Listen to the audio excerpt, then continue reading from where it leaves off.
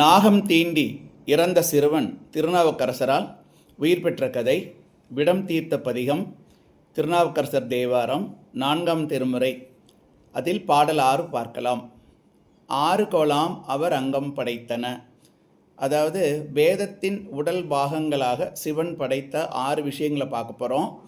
சிக்ஷை, அதாவது வேத மந்திரங்களை சரியாக உச்சரிக்கும் கலை. கல்பம், வேள்விகள் மற்றும் சடங்குகளை செய்யும் முறை. 3வது வியாகரணம், வேத சமஸ்கிருத மொழியின் இலக்கண விதிகள்.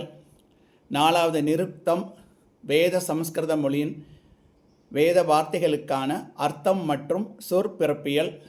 சந்தஸ், வேத மந்திரங்களின் பாடல்கள் மற்றும் சந்தங்கள். ஜோதிஷம், சடங்குகளை செய்வதற்கான சரியான நேரம் மற்றும் வானியல். இது முதல் லைன். 2வது லைன் 6 கொலாம் அவர் தம் மகனார் முகம்.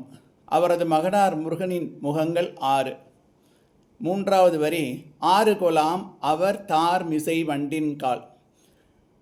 சிவபெருமான் சூடியிருக்கும் மாலையை சூடும் வண்டுகளின் கால்கள் 6. 4வது வரி 6 கொலாம் சுவை ஆக்கினதாமே. சிவபெருமான் ஏற்படுத்திய சுவைகள் 6 நமக்கு நன்றாக தெரிந்தது.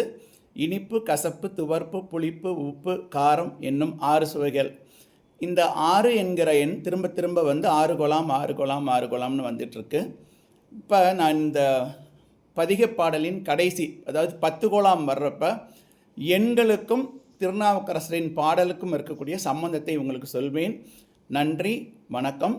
என்னுடைய சேனலை தொடர்ந்து சப்ஸ்கிரைப் செய்து ஆதரிக்க வேண்டுமாறு அன்புடன் கேட்டுக்கொள்கிறேன். நன்றி, வணக்கம்.